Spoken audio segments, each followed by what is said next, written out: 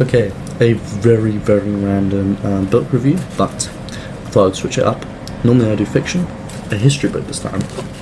Stalin, the Court of the Red Tsar. Now, Simon Sebag Montefiore, funny name already, has already done a young Stalin book, which I would definitely recommend. I'll look more into another time because it's really fun as well. But this is adult Stalin, very scary. It's big, but it should not intimidate you, because the only reason it's this chunky is because it's covering all of Stalin's life. It's very well paced, it's very fast. Classic for Simon Sebag Montefiore is that it is it's quite fiction-esque in the writing, in the sense that obviously it's historical, but you don't feel like you're wading through stuff. The focus doesn't stray too far from the man himself, even though you obviously explore the wider court, as the title suggests. You're exploring the Kremlin and all, but the pacing is, as I said, excellent. What else is there to say about this? We got incredible reviews everywhere. To Joseph, we love that. Now, that's the miscellaneous stuff. Onto a very, very quick breakdown of the plot. It's not the plot, I'm too used to fiction, it's the content. It's the content, it's real life. It is a biography of Stalin's life all the way through, up until his death from what everyone knows is a very unfortunate accident. But what it does is you follow early on his person, but as I said, there's already young Stalin, so it doesn't go much into depth in the youth comparatively.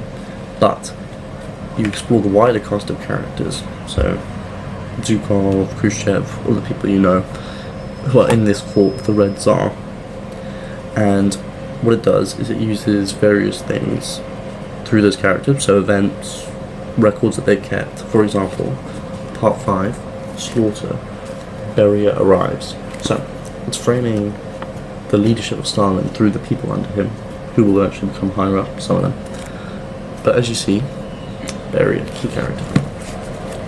That's part 5. All the other parts are built like that. It's periods, but not purely chronological.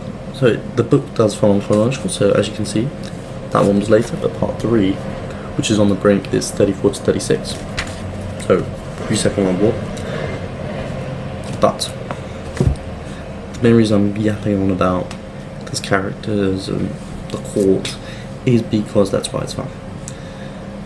It doesn't stray too far from Stalin, but you go through all of the interesting people that surround him, and they all form a united perspective because they all have a shared fear and a shared terror of Stalin that is kind of the driving force of the book. There's a terror.